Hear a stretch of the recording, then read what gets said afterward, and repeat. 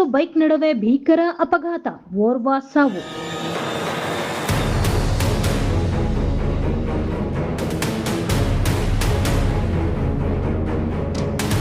ಬಾಗೇಪಲ್ಲಿ ತಾಲೂಕಿನ ಮಿಟ್ಟೆಮರಿ ಗ್ರಾಮದ ಗೋವಿಂದಪ್ಪನ ಕೆರೆಯ ನಲ್ಲಘಟ್ಟ ತಿರುವಿನಲ್ಲಿ ಭೀಕರ ಅಪಘಾತ ಸಂಭವಿಸಿ 27 ವರ್ಷದ ರಂಜಿತ್ ಕುಮಾರ್ ಮೃತಪಟ್ಟಿದ್ದಾನೆ.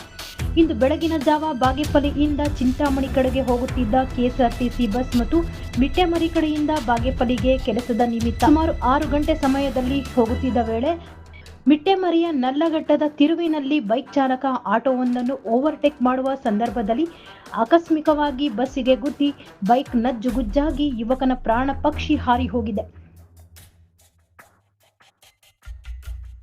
ಬೈಕ್ ಬಸ್ಸಿಗೆ ಗುದ್ದಿದ ರಭಸಕ್ಕೆ ಬೈಕ್ ಬಸ್ಸಿನ ಮುಂಭಾಗ ಅಂಟಿಕೊಂಡಿದೆ.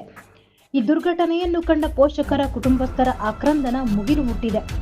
ಇನ್ನು ಘಟನೆಯ ವಿಷಯ ತಿಳಿದ ತಕ್ಷಣ ಬಾಗೇಪಲ್ಲಿ ಠಾಣೆಯ circle inspector Prashanth Varni police ಸಿಬ್ಬಂದಿ ಭೇಟಿ ನೀಡಿ ಘಟನೆಯ ಮಾಹಿತಿ ಪಡೆದು ಮುಂದಿನ ಕ್ರಮ ಕೈಗೊಂಡು ಮೃತದೇಹವನ್ನು ಬಾಗೇಪಲ್ಲಿ ಸರ್ಕಾರಿ ಆಸ್ಪತ್ರೆ ಶವಾಗಾರಕ್ಕೆ ಸಾಗಿಸಿ ಮರಣೋತ್ತರ ಪರೀಕ್ಷೆಯ ನಂತರ ಕುಟುಂಬಸ್ಥರಿಗೆ ಒಪ್ಪಿಸಲಾಗಿದೆ.